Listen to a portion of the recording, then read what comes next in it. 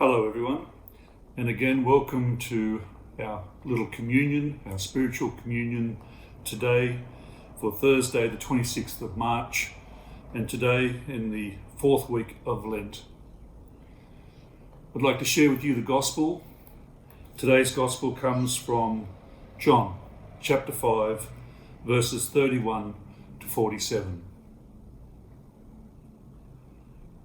Jesus said to the Jews, "Were I to testify on my own behalf, my testimony would not be valid.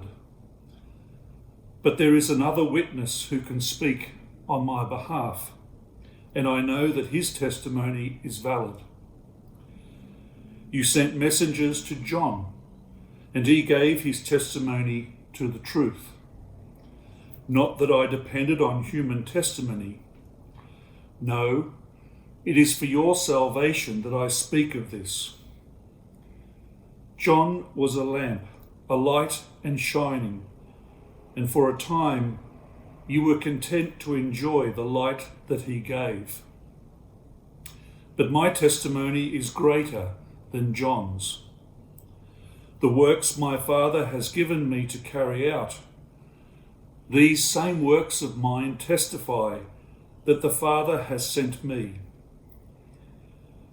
Besides, the Father who sent me bears witness to me himself. You have never heard his voice, you have never seen his shape, and his word finds no home in you because you do not believe in the one he has sent. You study the scriptures, believing that in them you have eternal life. Now these same scriptures testify to me, and yet you refuse to come to me for life. As for human approval, this means nothing to me. Besides, I know you too well. You have no love of God in you. I have come in the name of my Father, and you refuse to accept me. If someone else comes in his own name, you will accept him. How can you believe, since you look to one another for approval and are not concerned with the approval that comes from the one God? Do not imagine that I am going to accuse you before the Father. You placed your hopes on Moses, and Moses will be your accuser. If you really believed him, you would believe me too, since it was I that he was writing about. But if you refuse to believe what he wrote, how can you believe what I say?" The Gospel of the Lord. In John's Gospel today, we need to be mindful that Jesus is talking to the Jews. And as we lead up to Easter, this reading continues the confrontation of Jesus and the Jewish leaders. Jesus is being challenged. On what authority is he doing what he's doing? On what authority does he claim to be who he claims to be? And Jesus' response is fourfold. Firstly, Jesus looks to John the Baptist, as we hear in the beginning of the reading.